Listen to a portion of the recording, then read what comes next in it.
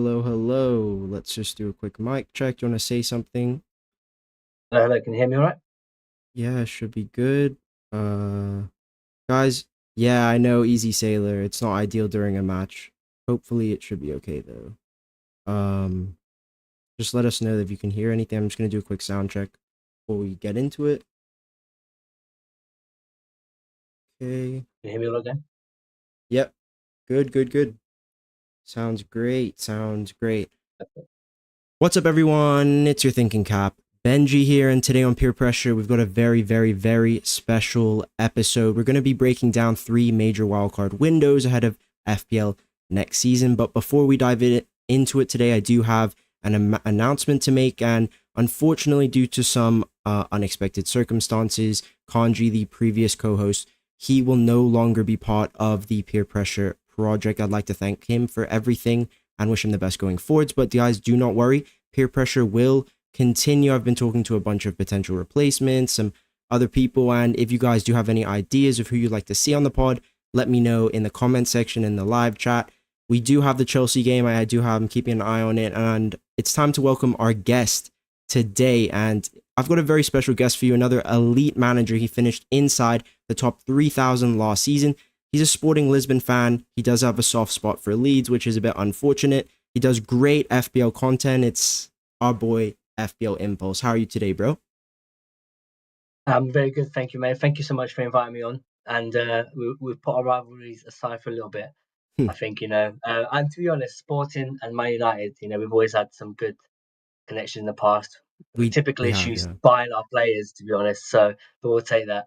100% we have. And my personal favorite player is Bruno Fernandes. And I thank you guys very much because he's absolutely fantastic. I've loved him since he's joined the club.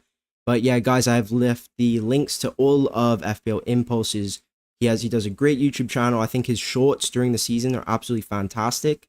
I left the links to his YouTube and his Twitter down in the video description below. And we're gonna start with wildcard 7 today. That is the first window that we're gonna have a look at. We move into it, guys. So let me just explain basically the graphic here. So we have 1 to 6, which is pre wildcard 7. We have all of the teams, and the teams are actually ranked from top to bottom. This is Fantasy Football Scout. This is based on Fantasy Football Scout's fixture ticker, and they're ranked from 1st to 20th in terms of the difficulty of the fixtures. You can see Aston Villa right there at the very top. You've got Forest as well, Tottenham, Chelsea. And interesting, if you look at the bottom, you've got 2 very good teams in Arsenal and Newcastle. What do you think about the opening fixtures, bro? The first time I saw it, I realised it was going to be quite a tough season to actually plan the first few game weeks because the bigger teams, let's say, all have quite a mix of fixtures. Typically, you get a couple maybe stand out, maybe Liverpool, Man City have some standout fixtures to start the season, but no one really stands out to me from the bigger sides. So I think this year, more than maybe any other year, having a good balanced squad and having people on your bench that you can rotate with might be more important than even more so than in previous years. Last 100%. year we tried to tinker with like a Haaland Salah draft, and we haven't got the prices. I think it's going to be really tough this year to try and do that from the beginning because you're going to need a decent squad, I think, to rotate amongst those tough fixtures to start. Yeah, 100%. And the key things for me, if you guys are actually looking to do this wildcard 7 window, game weeks 1 to 6, you want to target Villa. You want to have a lot of Villa. You want to have a lot of Forest. You want to have Tottenham as well. Chelsea. The thing with the Chelsea run is I know there are a few dark blues in there, and dark blues are, in my color coding, very targetable. The light blues are acceptable, and then the white and gray are a little bit of you don't really want to play your assets in those fixtures. But I think Chelsea's run's okay. There's no promoted sides in there, but you'd still target them because the away games are pretty easy. West Ham, Brentford, United. Home games are solid as well. So those are the teams in the top 5 there. That's who you really want to target if you're looking to do a wildcard 7. And obviously avoid the guys who are a little bit lower. And if we move into what you should really do, and this is where we're going to spend a lot of time, is 7 to 12. So onwards on your wildcard, what are you looking to target? And there you can see in that little target section, you have invest in the 3 teams that I mentioned. And then on your wildcard, Arsenal jumps to the very, very top of the ticker. And if you see between the fixtures and the 3 kind of pros cons targets, I have a graphic that I'm going to explain now. So on the left-hand side, 1 to 6, you have the team's ratings in terms of the fixture difficulty, where they are in the fixture ticker table. And then on the right-hand side, you have them in this selected bracket of fixtures, 7 to 12. And you see Arsenal jump to the very top. Impulse, do you like Arsenal's fixtures? 7 to 12, very good, right? Yeah, I mean, the switch is crazy from the first six to the following six. The thing is, I think important to say though, because I know it's quite obvious, and a lot of us that play regularly know this, but when you're planning a wild card, yeah, you definitely should be thinking, right at the start of your season, even when am I going to wild card? Because that's going to dictate a lot of what players you start with. Like you say here, you might want to invest in Villa, Forest, Tottenham to start, but beyond that, you might not want them. So yeah, if you think you're going to wild card in 7, it might sound obvious, but you need to be thinking, okay, well, I'm going to pick players, be aggressive at the start, and then wild card in 7. However, I still think it's a bit risky because, like Arsenal, if we completely just ignore them and you don't get any defenders, there's going to be a lot of people that are still going to get Arsenal defence. If Arsenal sign like a Gyökeres, a lot of people are going to see that exciting new player and they're going to go for Gyökeres. So are you really just going to completely ignore Arsenal? Are you going to be able to resist not going for a Saka, for a Gyökeres, for a player like this from the beginning? So as much as I do actually think this is probably one of the best windows to wildcard because of the big swing for a team like Arsenal and a few others, I still think when push comes to shove, I'm going to struggle to not have a few Arsenal players on the start. Yeah, I'm the exact same. I think Bukayo Saka is on the table for me. Gyökeres, obviously you're a sporting fan. I'll be interested to get your I, thoughts later. Do you rate him very highly? I love the guy. Honestly, I understand like a lot of people are a bit wary because of the league he plays in. The Portuguese Mm. league is levels below the Premier League. Not going to pretend it's not, but there are a few players when you see them play regularly, you think there's something special about them. And the only other player I've been this excited to come to the Prem since it was Bruno Fernandes. And when he was coming to the Prem, I was speaking to a lot of my friends, and I was saying he will smash it because of the levels he is above everyone else in the league, the numbers he was putting up, and just the way that he plays. So I'm very, very excited about Gyökeres if he does make the move to the Prem, especially to Arsenal, because I think they need a player like him. The guy can score goals. He can create goals. He's quick. He's strong. He can link up play. He can take penalties. He scored free kicks for us. There's very little that he can't deliver. So I do think if Arsenal get him, I'm going to say now, it might be a bit of a hot take. I think if Arsenal sign Gyökeres, they could actually win the league. That's Wow. generally, I think that's the missing piece for them. That's how much I love the No, you're guy, and I not know wrong. people. You're not wrong. Listen. I'm very hot on Arsenal. I think Zubimendi for me is the currently the Yes, yeah. best signing so far. I think they're getting all the pieces they need. If they pick up Gyökeres, I mean, look, I haven't watched him week in week out like you. And actually, do you think he would come in and take pens over Bukayo Saka, or you think Saka would still keep him? It would be a sharing thing. How do you see that dynamic working? Is that something that's really important to him? I he's good at his record is very decent at penalties. So he's good at them. Um, but I'd like to think that he would get them, but I think the issue is it'd be a bit harsh on Saka, given that he has been so important to them. He's their star player and would remain their star player at least for the start of the season. So I think it'd be harsh to take it off him immediately. So maybe there's like a sharing element. Yeah. We've seen it a little bit of Arsenal, anyways, in the past, where sometimes who like if someone wins it, they might take it. Odegaard, I think, is taking a few and whatnot. So it might be a little bit of that, but I think it'd be harsh to take off Saka. Yeah. Maybe eventually Jokeres will get a few more here and there, but he is very decent at them, so I think it definitely is worth a shout at least. Yeah, I do think Arsenal will get Gyökeres, and obviously I think he would crush this patch. I mean, West Ham, Palace, two promoted teams side to Mm. side, and that's one of the biggest pros on this. I think you're getting a prime time entrance because if you come and look at the hop on hop off matrix that we have here, and go and look at Arsenal, right? You're missing City home, Newcastle away, and you're getting them for that run. That's really gorgeous. So I Mm. just think that it just looks really great. I think you're getting the optimal entrance of Arsenal. I think you're maximizing Nottingham Forest start. If you go and look at the graphic I have that shows before and after, as far as second in the fixture table, 1 to 6, and then they dropped us to 17th, 7 to 12. So that difference, I really think you're maximizing Forest's excellent run at the start. You're optimal in terms of entering into Arsenal's great patch at the right time. But in terms of cons, I wanted to ask you, when did you actually wildcard use your first wildcard last season? Because I know for me, I used it I think in wildcard 6, and I felt like I did have enough information, probably about, like you were saying, where the league is. Do we have all of the factors by then? It is a bit of an early window. What do you think about that?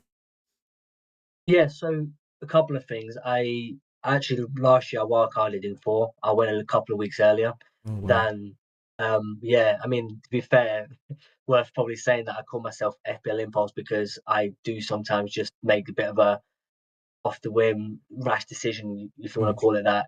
And I started the season with Quansah and Nkunku in my team, and then I had a couple of injuries, I think. So I think by the time I got to four, I'd already thought I'm going to want a different team. There's a few issues already to sort. And because you could stack up a few more transfers, I thought I'm going to just do it. But it wasn't the ideal time to do it by any means.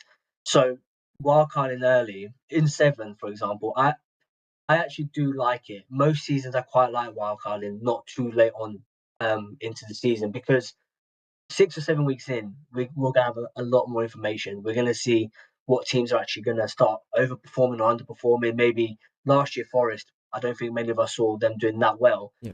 We're expecting that Forest are gonna keep that up this season, and they've got good opening fixtures, but they could be letting us down. They could be struggling with European football, things like that that we might not have thought about yet. So we start getting information, and I think by 6 or 7 we'll have enough information to know what kind of teams we actually want to jump on. Um, so yeah, I think Wildcard Seven is definitely one of my favorites actually that we're going to talk about today. Possibly my favorite because of that. You get a few weeks where you can be quite aggressive. Try and stack up as many transfers, I suppose, if everything goes absolutely perfect, which never does. But if it went perfectly, you could have 4 or 5 chances in the bank, wildcard in seven, and then you can manage the rest of the weeks quite comfortably with a few transfers until your next wildcard in the new year. You'll be more than fine Yeah. to manage from there. I think it definitely gives you the opportunity to kind of stack up transfers, then walk out the squad you want.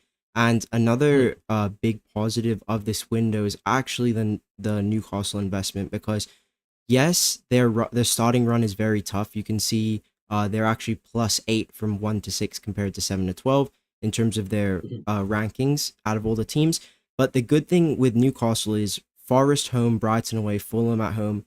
You know how strong they are at St James's Park. You got West Ham, Brentford in that absolutely. run, City at home, and then if we go back to the hop on, hop off graphic, you'll start to see, and this is something we'll touch on in the next window, that they actually have this run here, 12 to 19, where they're going to play Burnley, Sunderland, and Burnley 3 times. So Mm, you're actually getting an early entrance on a lot of the Newcastle assets. A lot of people are going to avoid 1 to 6. Then you come to 7, you get on them in a nice home game. They smashed Forest 4-3, I think it was last season. Get them in a decent patch. Yes, City and Everton aren't ideal, but long term, you're getting that early investment point, which is another thing that I really like about Wildcard 7. In terms of cons, like I said, there could be a chance you have limited information, but as Impulse said, this guy wildcarded in 4, he finished in the top 3,000, so I don't think you'll have that much of a lack of information at this time, and I do think it's one of the strongest wildcard windows we have. Um, the only thing that I would say, the biggest con for me is you're gonna go in if you do a wildcard 7. I doubt you're gonna be very heavy on City and Liverpool. If you look at them mhm, in the fixture ticker, they're both in the bottom three, and they have including Forest at home, City away. Both of them play each other. Chelsea away in there as well. City are playing Villa and Newcastle away from home, so they have tough runs. I don't think you're gonna invest heavily there. And if you look at their fixtures in the future, when we come to some of the other wildcard windows, their fixtures are really good, kind of 13 plus. So you'll have to use transfers on those two teams later down the line, which is a little bit of a downside in my opinion. Would you agree with that? If you were gonna wildcard in 7, how many Liverpool City assets would you be comfortable owning? Looking at those fixtures. Yeah, so I think one of the things that I've learned over the last couple of years is just not to trust City more generally. I actually went through this was very lucky actually. I went through a lot of last season. I don't think I had Gvardio until the sort of last third of the season in my team.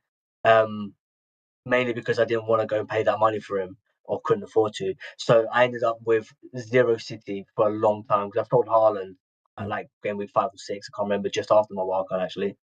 and then I didn't have any City for most of the season. Now I know they had a poor season by their standards, so I got quite lucky in that sense. But I find it hard, as most of us do, to know who's going to play that City team, and they only go in and buying more players, it seems, and more options up front and more defenders. Who's actually going to start every week is hard to know. So I probably would have max one or two City, and Liverpool. I'm always if Salah keeps going the way he does, I'm gonna have to have Salah in there, of course, and maybe a second attacker because Liverpool can score against any team. So I think I'd probably still be comfortable one or two there. But yeah, I think I would be taking a bit of a risk at that stage by maybe having max one City, two Liverpool, maybe, and knowing that other people will have a few more and be able to wildcard later and triple up possibly. Yeah, that's very interesting. And the one I know a few other managers who I consider very elite, and one of the things that they used to say to me is that they don't mind using early transfers in the first 5 6 weeks because it's the time where you gain the most information. Are you of Mm-hmm. that same belief that early transfers are actually acceptable? Because for me, I know I'm very patient. I'm a very patient manager. I like to roll. I don't like to Mm-hmm. use transfers if I have a like if there's something there, maybe there's a shiny new toy that I want to pick up. I don't let myself indulge in that. But do you think early Mm-hmm. on it's worth using those transfers? It completely depends on your strategy, I think. If or like this is why I think this conversation is so beneficial and important at this stage because if you're going to start the season with the plan that you're going to wildcard in seven, then I think you can be very aggressive if you think that that is the right thing to do. And if a few players start standing out, be aggressive with your transfers because you know you're going to be able to change your team in a few weeks' time. So target those teams with good fixtures, change players about if you think that that is right. Now, if you're going to be trying to hold off your wild card to later towards like December, or even if you're going to be able to really be patient with it and use it just before the end of the first half of the season, then I think it's smart to be more pragmatic with your transfers because you don't want to be constantly jumping off players, potentially having to leave yourself taking hits even. So I would only use it if I was thinking, do you know what, I know I'm going to wild card in seven, so I don't need the transfers later down the line. So I'll go aggressive with it, and you could probably get a bit of a leg up on other managers that Yeah, way. 100%. By the way, 1-0 Chelsea, João Pedro. Oh, really? He scored. Yeah. Oh, that guy. I don't know. He finds different ways to make us tempted. You know what? I I honestly don't think know. it's not a bad signing. I genuinely think it's actually decent. He's a good player. I don't know how much they pay for him. I was wondering if he was a bit overpriced for what he's delivered so far. But the thing with Chelsea is, I mean, who plays in that team? Unless Palmer's going to be pushed out wide and then John Pedro's going to play behind the striker. If Nkunku does leave, not Nkunku, Manueki, if he does leave, maybe he gets game time. I was thinking, how is he going to get game time ahead of Palmer? Yeah. I But don't I, know. I mean, from what Maresca's saying, it seems he'll play in the nine. And obviously, if they do keep Jackson, it would only be Delap during AFCON that they have available. They're in the Champions League as well. They have cup competitions. Like, they Mm, did need another guy who can play there. And if I think about it, 55 odd million for Brighton's best attacker is okay. He's young, he's talented. Only question is really about his attitude. But apart from that, I mm. do like him as a signing. I don't think he's a terrible pickup. And obviously he's ready to play now, which is great for them. But in terms of Chelsea, I mean, this is their run in 7 to 12 just before we move to the next window is actually quite interesting. Liverpool, Forest, but they do have Sunderland, Burnley, and Wolves at home in 7 to 12. Are Mm. you hot on Chelsea in the kind of first 12? I think so. I think it's going to be hard to ignore Chelsea, actually. Again, depending on who we know is going to play. And it might just be that we can only take a bit of a gamble on Palmer. Um, a lot of it is going to depend on the pricing that when that comes through and what teams we can actually afford. Yeah, Um, but I actually do think Chelsea can have a good season as well. Like they are becoming maybe not scoring loads and loads of goals, but they're becoming a good team. And I think Maresca is building something good there. I don't honestly. It's hard right now to judge, especially like when you're starting to look at these these fixtures. Like Liverpool's going to be a tough game. Is right now it's hard to know, in my opinion, whether Forest is going to be as good this season. I don't want to say they're not. I wonder how good or bad a fixture that's going to be. And teams like Tottenham, I think they're going to get better defensively, for example. So again, that's their intent. Is that a team that you'd want to target by then? And even Burnley at home, Like I know the step up to the Premier League is huge, but I think they conceded something like 14 goals all season last year. Which, if that, I think that's the right stat. 14 goals is not a lot of goals conceded. Now I know that's going to be a lot tougher in the Premier League, but Yeah, when you're at home, a newly promoted side, if they do manage to keep it quite solid, again, we might get to this point and go, actually, do you know what? Like yeah. maybe Chelsea, we should ignore it, and it will depend a lot on form. But as things stand, I think I want one or two. Depending also if they win the Club World Cup, they're not going to have a lot of time to get back into the league. So I don't know how that's going to affect teams either. It could be that they've got a great preseason and they're going to be really sharp, or it could have the opposite effect. It's quite unpredictable at the moment with Chelsea. I think it will. I the only way I look at this is that it's gonna have a negative effect because Mm, Badiashile hamstring, Reece James didn't start today. They're already picking up the injuries. I understand they have a deep squad, but they will not be able to do what they did last year, which is rotate for 3 months midweek. They have to go strong that's in the true. Champions League, and I cannot see them. I think that there's always one or two or three teams who are the ones who get basically fucked by injuries, right? There's always one or two. Yeah, And if I'm looking at which team that's going to be, I'm looking at Chelsea right now. Unfortunately, I'm sorry if you're a Chelsea fan. That's just the way I look at things because they have no preseason. They've gone deeper than Man City, right? So I 100% agree with you. That's a big factor we need to keep an eye on. But we're gonna move into wildcard 13, and basically I just have 1 to 13 the fixtures up here. You can see game weeks 1st to 20th in terms of that ranking between 1 to 12. And right at the bottom again you see Newcastle are still there.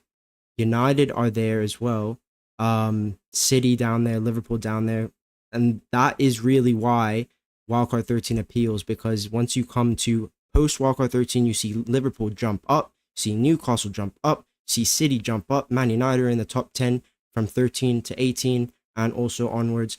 And this is why this one really appeals to me, because this is where you load up on 2, 3 teams who are going to be very, very, very strong. I mean, City, Liverpool are always very strong teams in the league. So I have that trust with them. And because the fixture block is so great after they have that bad patch, this is why I really like this window. I know you're actually not as hot on it. Do you want to kind of explain why? yeah. Basically, it comes down to Liverpool and Man City because um, Man City, it's hard to predict who's going to play, as I've kind of mentioned. Liverpool, I think, will have a better idea. They seem to play more regularly the same sort of squad when they can. But the main point for me is I don't think we're going to realistically be going without Man City and Liverpool players if they're in good form. So if Haaland's playing every week and scoring, I don't think we're going to be able to wait till 13 to then target those teams. And similar with Liverpool, if Liverpool played as well as they did last year, and now they've added some really verts they've added in, and if they're really up for it and are scoring goals and they're looking great, then I don't think we're going to be able to wait till 13. So if you're kind of waiting to think, you know what, I'll bring these players in 13, I think you're going to potentially lose out on a lot of points just because you're married to an idea that this is where you're going to target those teams, if that makes sense. Yeah, So that makes I sense. think it's getting that right balance in where in by 13, even if you wild card in the 7, let's say, you could have an eye on 13 knowing that, okay, if I'm wild card in 7, I can stack up a decent amount of transfers. When it gets to 13, you're already going to have one or two Liverpool, one or two City. You only need one or two transfers to triple up on them. And then it's just a case of bringing in Newcastle or Man United players in, or maybe even Bournemouth if they're playing really well, Yeah. because they're right up there as well. I But think it's like you've got enough transfers to make those moves if you need to, I suppose. Yeah, I think premium swaps is going to be very important in the first 13, 14. Whereas last season was pretty easy. A lot of people just had Haaland, a lot of people just had Salah, a lot of people had Salah plus Haaland, and they did cover captaincy in the first 5, first 6, first 7 pretty easily. And I don't think that would be the same case just looking at the initial fixtures. The good thing that the pros that I like about this is because number one, you know how December crunch is, games are tight, there's no more international breaks, etc. So wildcarding in 13, you're actually going to be able to prepare for that. And the one team that I really think is going to be valuable during December, Jan, is United, because I think we are the strongest team that isn't in Europe. Like the other teams is Everton, Fulham, Bournemouth, Brentford, Wolves. I think we are the strongest out of those guys. And the entrance point on us is great. Yes, Palace is not most amazing fixture. They are in the Europa League. Then you have West Ham, Wolves, Bournemouth, Villa, Newcastle. The run 18 onwards is also really nice, as you'll see later. So that's a big plus for me, because I think preparing for that's going to be important with a record number of teams in European competitions. There's going to be a lot of injuries. There's going to be a lot of, I'm sure there'll be a lot of new factors that we're not going to consider and that they're just going to crop up at the time. And like you're saying, yes, we're probably going to have one or two Liverpool and City coming into this patch, but I think you can really maximize going for 3 each at this period of time and also choosing the 3 that you want. And that's really important. The cons of this is basically, obviously, will you be able to adapt to AFCON, because Mo Salah is going to leave somewhere between game week 16 and 18. If we go to the, let me just find this, not this one. It is the bird's eye view. So, okay, so here you guys get basically to see the time frame of AFCON.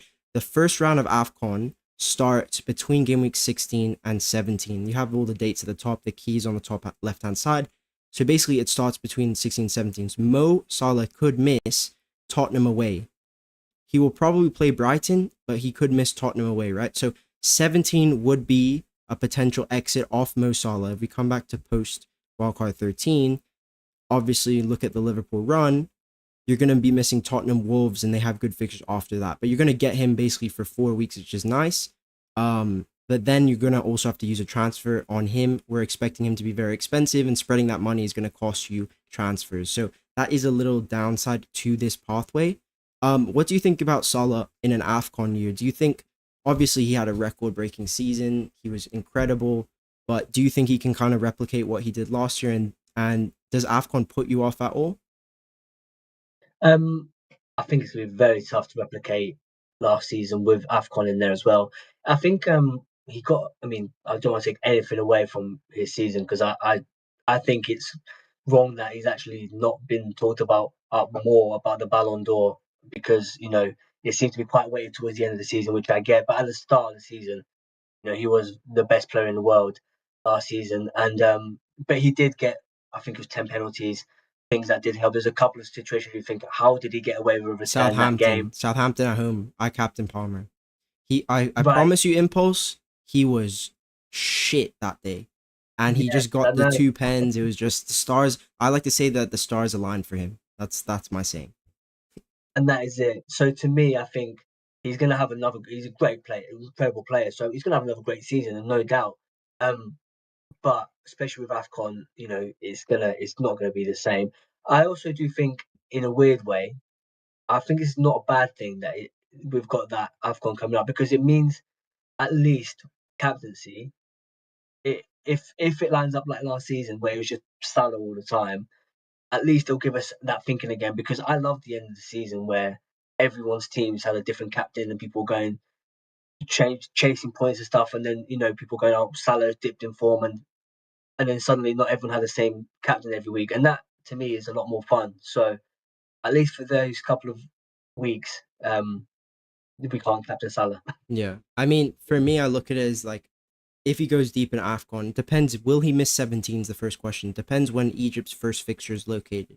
But in my opinion, he could miss Tottenham. He could be missing Tottenham, Wolves, and Leeds. Wolves at home, Leeds at home. That could be 20, 25 points. Very easily could be 20, 25 points. So if you take that off his total, I think he is due for some kind of regression. But obviously, the patch of 13 to 16 is very good. And if you look at him, how he performed in the last AFCON year, I mean, the game before he left to AFCON, I think it was 2 goals and 1 assist at home to Newcastle, something like that. He was hot all in that patch. So he does enter tournaments very well, and I think his form will be good during that. Also a big thing of Wildcard 13, I forgot to mention, is Haaland Salah. If you do not have Haaland Salah before Wildcard 13, it's going to take you some transfers to get there. Obviously, if both of them are fit, look at the City and Liverpool fixtures. Incredible, right? So I'd assume you would want Haaland Salah in this patch, right, Impulse? To be fair, that's a fantastic point. I didn't really think of that. That would be a really good way of bringing in both at the same time, and being quite aggressive, even if it is up to 17, 18, depending when Afcon fixtures land, because then you've got another wildcard if you were in a lot of trouble in terms of changing the squad again. So you probably could actually be quite aggressive in that way, having Haaland, Salah, and not worrying about your bench as much in that period, because you've got so much money invested in your start lineup. Because I do expect Salah and Haaland both to come in at around 13 and a half, 14 each. So I think it's going to be very tough again to get both in there. So we'll see. But I think it's a smart play, because most people won't be able to afford that with just a few transfers. Yeah, 100%. And this there's a lot of positives with this, but I also think Impulse's point that he made is you can just get them using your freeze. And also have a little bit of City and Liverpool heading into this fixture swing is also a possibility. And I think that's a valid point. There's a lot of other reasons that I do like this window. For me, 13 is definitely top two windows. If we move to our next one, wildcard 17 is the next window. Now, obviously, you got some similar teams that we've been seeing in all of the fixture tickers. You got the rankings on the left hand side: Chelsea, Forest, Tottenham, West Ham, Arsenal, the top five. And then once you come in at the bottom, you have the promoted guys. You also have United there at the bottom. Liverpool and City have jumped up a little bit, obviously, because the good patch kind of 13 onwards is a little bit included in that. And then once you look at post wildcard 17, which is 17 to 22, this is where things get really interesting. Biggest jumpers that we see: Newcastle up 13 places. Very, very, very good run. And this is what I'm saying. Newcastle investment 15, 14, 13 and onwards is going to be very likely because their fixtures are golden, and at the start the fixtures are bad. So that's why the early entrance in on the wildcard 7 was quite appealing. It's a big pro to that strategy, but obviously their run is really great here. You got United, also a big jumper. And guys, remember, this is going to be December, January crunch. Games coming thick and fast. United, no midweek games, and you can see their top 6 in the ticker. And when I say when you look at the pros, I have their maximize AFCON, right? That is basically also looking at Man United, because Brian Mbeumo, if he joins, and Amad Diallo, and that's basically our right-hand side, or will be our right-hand side, are gone. You're probably going to get a high upside Diogo Dalot during that period, who's probably going to have good minutes, right? Would you say that that's a high upside guy? And what do you think about Amorim's system, obviously being a Sporting fan? Yeah, I mean, it's been quite a hard watch actually, because I have been banging the drum that he's great since he joined, and things haven't really improved. So it's hard to kind of really justify my thinking in some ways. But I think with Amorim, it will be a case of time. When he joined Sporting, we were in quite a similar situation. Like, we had some issues with um, having the right players in, issues with the board. The fans were really not happy, and he had a big rebuild job there as well. Now the pressures of being a Man United manager to Sporting are night and day. So I don't know if he'll get the time, but because we gave him time and we backed him, he got rid of a lot of players, even players that were decent players. You'd go, they're not fitting the system, they're not running as hard as they should be. He got a load of players out of the door. Like, I think from top of my head, I think he got rid of something like 16 players over the first season. So there was a big rebuild of getting the right attitude in, the right players. And I think that's what he's trying to do at United, because I think he's trying to get like players like a Rashford, a Sancho, very talented players, but if they're not going to fit that system and run, they got to go. Garnacho, if he's not got the right attitude, he'll get rid of him, and it might seem a little bit ruthless and a little bit short sighted, but I think in the long run, he needs to build a team of players that are just going to at least run for that shirt and play for the shirt. So I think onto he's right at the start of a very long project, and if the results don't come early, I worry that he won't get the time. But if the board were to stick with him for another season or two, I think we'd see a much better United team that actually play as a team rather than being as inconsistent as they are. Because you can't show up against Man City in an FA Cup final and play as well as they did, before Amorim joined, and then start the season and not run for the manager again and play as badly as they did for Ten Hag. I just think it shows that there's attitude problems in the club that go deeper than just what Yeah. they do on the pitch. So I hope he does well. 100% I'm with you. My worry with Amarim is that, like you said, I had a look at that second season of Sporting. His outgoings were crazy. He got rid of a lot of players, brought a lot of new players in. He needs that. And if I look at all of these former United managers, their first transfer window is big, and I'm not sure he has the budget. to get that same investment that he needs in this squad, because obviously his formation, his system is very unique, and he does need investment. Like his system's quite special. I haven't really seen much like it. I always say that the most similar system that we have in the league right now is probably Oliver Glasner, with the attacking fullbacks, big man up front, and two tens in Ismail Assar and Eze. So Mm. I worry for Amarim, but I'm fully backing him. And I actually expect us to do better than people think, but we need to get the pieces, of course, in the summer, because I think this non-European thing is going to be a big factor for us and a big positive, and that's why I'm quite high on United's prospects next season. And going back to Wildcard 17, obviously United is a big positive. The other big positive is the exit on Mo Salah. Now, Wildcard 17 is it's up in the air, right? The major thing is if you're going to wildcard in 17, wildcard in 18, there's not much difference. The main thing is, when is Mo Salah going to leave? Because the Mhm. big positive of this late wildcard is not only capitalizing on teams that are losing players to AFCON, you're getting budget enablers, differentials, etc., but also selling the big boy who has good fixtures previous. You're selling him and spreading the money on a wildcard, and you're not going to be able to spread the money much better, are you? No, you're not, and I think it is. You need a lot to go your way to get to game week 17 and still have your wild card. You know, you need a lot to go well. You probably need at some point to have taken a few hits, even, or have had to have some bad weeks along the way to just keep pushing to 17. Now, I will say, if you can be super patient, everything goes well, and you get to game week 17, you're in a position of power. Like, you can pick a team that, many people will be waiting a week or two to play their second wild card, and you're still just playing your first. You're in a great position, but you I always find it hard to get that far down the first start of the season, because the amount of planning you have to do to get there Yeah. with a decent team is really tough. But yes, if you can get to 17, I think you're in a great position. You can get rid of any players that you've had that are going to AFCON, which it might not be that you have even just in your team, because you could be looking at, just top of my head, I'm thinking at Tottenham. I've got a few players in that core of the midfield that might be going to AFCON, for example, and you think, okay, well, will that make them a worse side, for example? So when we get to that, we'll be start talking about what teams are actually going to be mostly affected, and ruin the structure of their team. So there's definitely a lot of power in holding the chip that long. Yeah. But I do think, fair play if you've managed to go that far You're gonna without lose losing in to other wildcard. areas, definitely, and that's why I have I on the think so. cons transfer navigation. If you haven't taken a hit, you've definitely got up until, and you're gonna walk on 17. You haven't taken a hit. You've done a lot right in the season already. That's how I put it, Yes. because ultimately you're gonna be losing a lot if you're wildcarding so late. Number one, team value, because why? What do we know? Yes. The template wildcard together, and the price goes up. I remember when I wildcarded in 6 template, I made a lot of money on that wildcard because everybody's wildcarding with me. FPL are looking at the numbers. They have to push the prices up of players because so many people are moving to those players, right? Whereas if you're wildcarding at this time, your team value is definitely going to be lower. Now, obviously, at the end of last season, we didn't really need team value, but every season's different.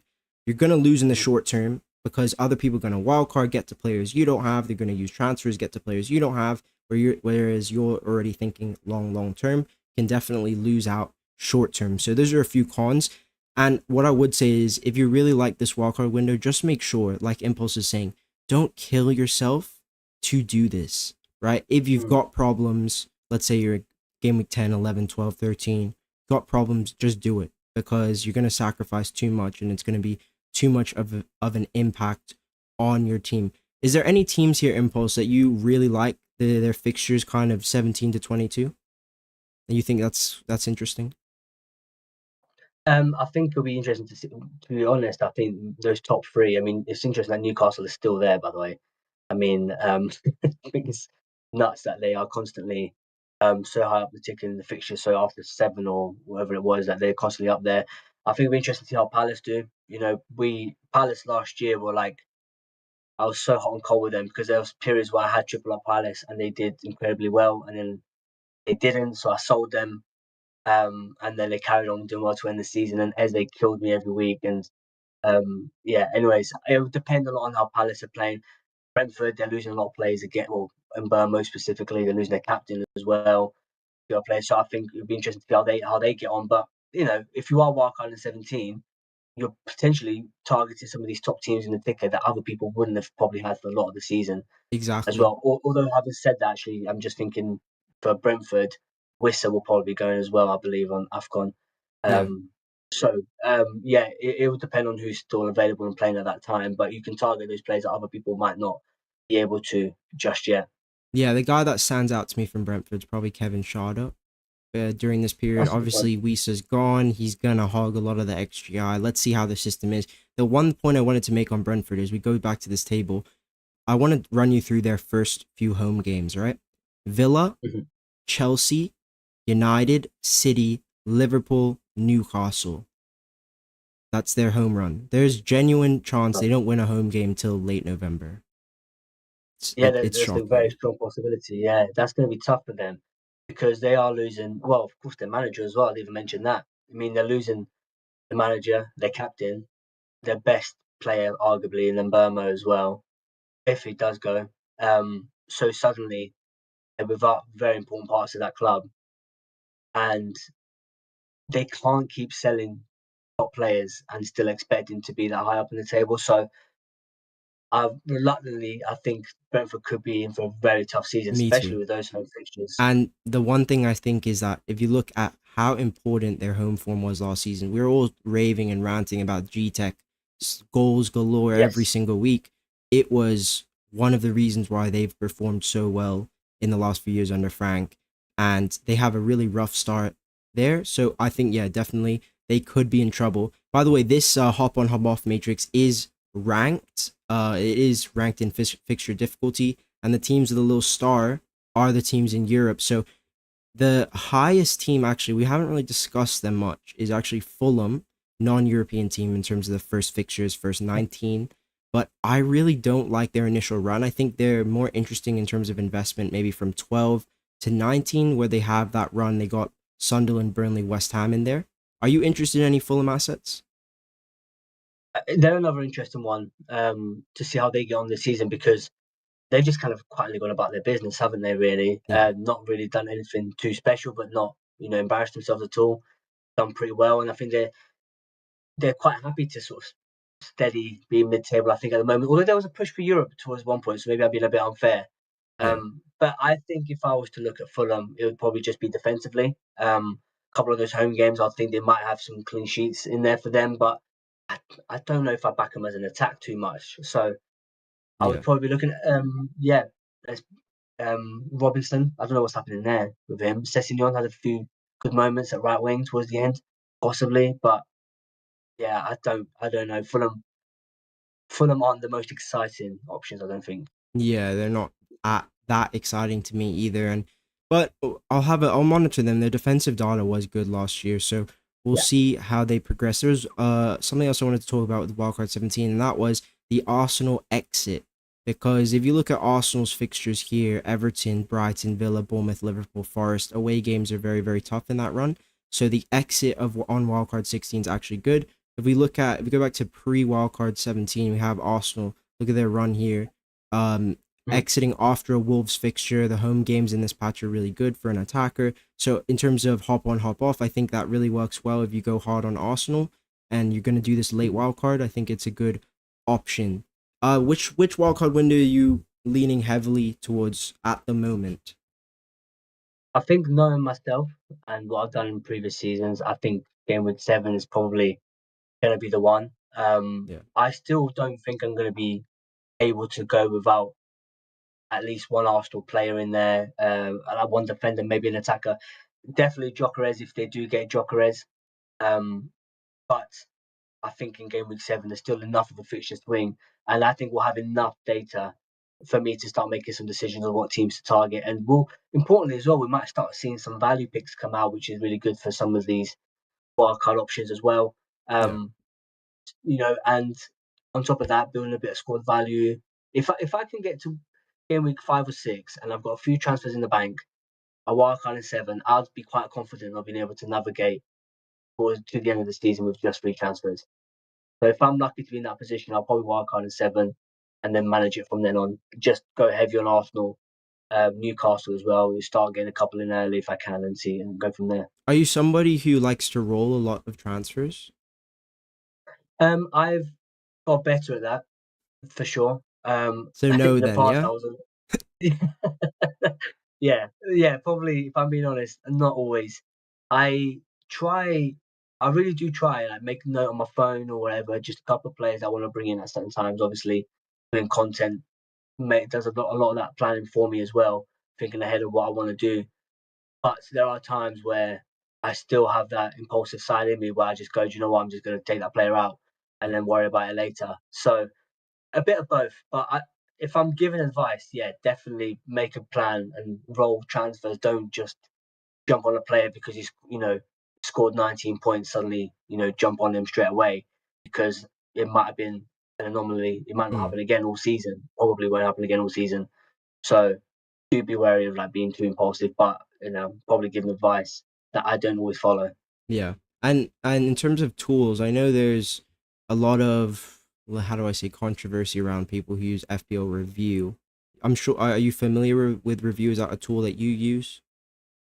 It's not what I know what it is. I don't use it. I am familiar with it, but it's not one that I personally use. No. Interesting. Okay, Do, because I do just you wanted use to it? check. I use it, but it's not. I don't treat it like the Bible. My belief with review is review's power is great in showing you potential pathways that you can take your team down. That's how I look at review. That's how I use it. I don't look at it for Mhm. captaincy because I don't really.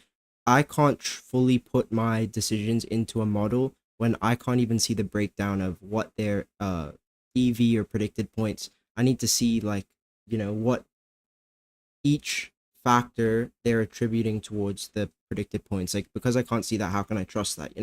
But I do think their model is great. I think it's good to show potential pathways, transfer pathways, and that's how I like to use it. But no, I don't use it by the bar. I wanted to ask you that question because I Mhm. was interested. You obviously had a very good season. What do you think are the most Yeah. important things that, because I also got to, think about my subscribers, my followers, and I want to give them some tips from you. What would you say Mhm. is the most important things that you kind of uh, consider at the start of a season?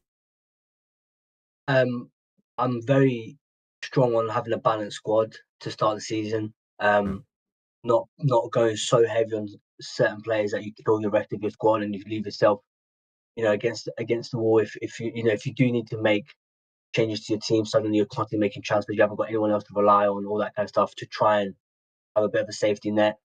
I definitely now more than ever saying to looking ahead 4 or 5 weeks. If you're bringing a player in, I will always say, are you looking at the next 5 weeks? Or are you just looking at the next two? Because in 2 weeks' time, you're going to want that player to be gone again. And then that means another transfer potentially locking in. So I'd always say plan ahead, looking 4 or 5 weeks ahead before you bring a player in. Have you considered that player before, or is it just because you've watched them on a Saturday afternoon and you've seen them score 2 goals, and then you're thinking, do you know what, I'm going to bring him in straight away? Just relax, give yourself a couple of days to think, you know, and then see if you still want to do that. And then I think also importantly, like, and this may sound a bit cheesy, but just enjoy the game. Like, I think people sometimes actually forget that it's just a bit of fun. Like, the chance of actually winning are pretty slim. So just enjoy it. Like, if there are going to be weeks where you have an awful week, like, step away from it. Don't be scrolling Twitter, seeing everyone else's amazing scores. Just step away from it. And if you have a great week, just don't be a dick about it as well. But enjoy it, yeah. and just remember that it's a game. So really, it's no one's gonna die if you don't. If you don't win FPL, it's fine. Like, just carry on. It's just a game. Yeah, 100%. And obviously, thinking cap, we're always thinking captaincy. Are you someone who kind of sticks to those premium captains, or do you like a little differential or a differential talisman even, or what's kind of your motto with captaincy? I think there's a there's a definitely an element of the premiums always being my first thought. There's a reason obviously why they're expensive and they're playing for the best teams. I'll always try and look at fixtures first. I know there's always a conversation around sort of fixtures and form. Um, you know, you have to have good form, of course, going into good fixtures, but I think fixtures can help make form. So if you've got a good player and he's got a great fixture coming up and he can deliver in the past, then that's the obvious choice. I don't think you need to be too crazy with your captain every week. There are times to do it. Like I did it last year. I captained Bruno against Leicester both times. He Oh played wow. Leicester. and both times, scored 19 points, and very lucky that he hit those points. But I also realised that Leicester were very bad defending through the midfield, like stopping shots outside the box and stuff. And I remember saying, like, I just think he's going to get a couple of chances in and around the box, and luckily he got more than that. So you can watch a game and take some things in from that and pick a captain that way. But 9 times out of 10, there's a select 2 or 3 captains. Pick one of those that you're comfortable with, confident with, and go with it. If you try and be super clever every single week, you're not going to beat the odds. That's like you're gambling. It's like thinking that you're going to beat the gambling odds every week, because there's a reason why Haaland, Salah, and Isak are top of the goal scoring odds every single week with betting companies. Yeah, Because they are statistically more likely to get those goals. So if you think you can beat the odds every week, I think you're in for a tough season. So hundred just pick percent. and choose when you want to be brave with it and when to just be a bit safer. It sounds like you really value the fixture difficulty. Would you say that's something that's accurate? Like when I was listening to you talk about the Leicester game, you were like looking at the midfield, their weakness there, zonal stuff. Is that stuff that you're kind of into? Yeah, yeah. I mean, I'm not a heavy stats kind of manager at all. Like, don't get me wrong, I watch a lot of content. I watch your content on captaincy, and it helps me make the decisions. I think it would be wrong to say that I don't use data to help my decisions, but I also watch a lot of football. Any game that I can watch, I will watch it, and I enjoy watching it and trying to understand why certain things have worked out or not. So when I see Bruno's obviously the talisman, plays in that number 10 role, and he's playing against a lesser team. Yeah, When you see stats coming up that all their goals are coming from not having a defensive midfield that actually defends, I thought, he might get a chance or two. Plus, Leicester were just awful. So I thought, well, let me just go for Bruno. Plus, there's a little bit of a fun element there because I love the guy. So I yeah, thought if he does deliver, then it doubly as good. So there was that, but I didn't do it every week. There was weeks where I wanted to go a little bit rogue, and I thought, no, that's silly because Salah's going to be 200% owned around me, so I'm 100%. not going Yeah. to do that. No, I get you, and we're just gonna finish it off. I've prepared a few quick fire questions for you. So basically, Go for it. I'm gonna ask you a question, and I want your answer. If you need to kind of don't try to expand on it too much, but if you need to, you'll just go with the flow, basically. Okay, All right. So number one, best captain for match day one.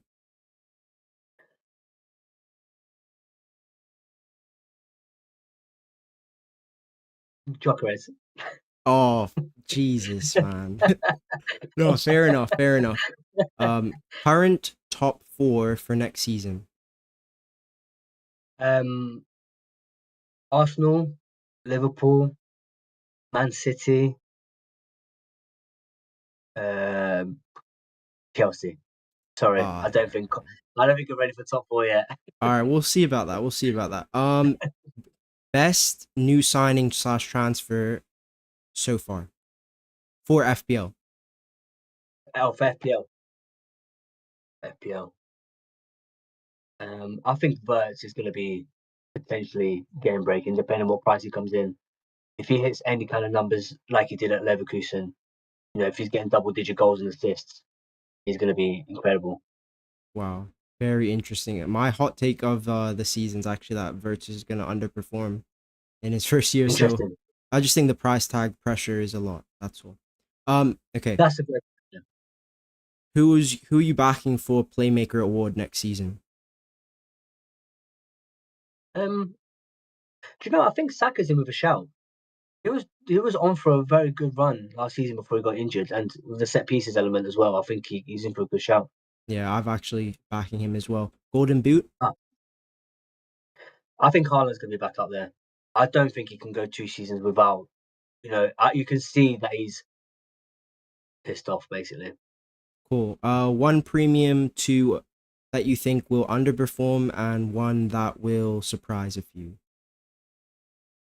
Okay, I think premium that will surprise a few as well. Yes. Um, I think I don't know if he'll come in as a premium, but I actually think Mboma is going to underperform if that counts as a premium for us. And Yeah, he I'm will be sorry at to say premium this. price. Yeah. Yeah, I do think he will probably At Brentford, he was the main guy. So I think it's going to be more divided. He's not going to probably have penalties, maybe a few less set pieces. So in Burmo, unfortunately, I'd say. Um, and I think Bruno, same team. I think Bruno, I think he surprises people every year. And maybe I'm a bit biased, but I see him getting so much stick, and I genuinely think he's one of the best players that gets the most hate. And I know he's a bit petulant and annoying, Yeah. but I think people ignore him a lot throughout the season because of Man United generally. But he still delivers, you know? He gets too much hate, but the one thing is that for FPL, Amarim has shown that he is playing him in the 8, right? Like he's playing more in the 8. He only scored 2 open play goals.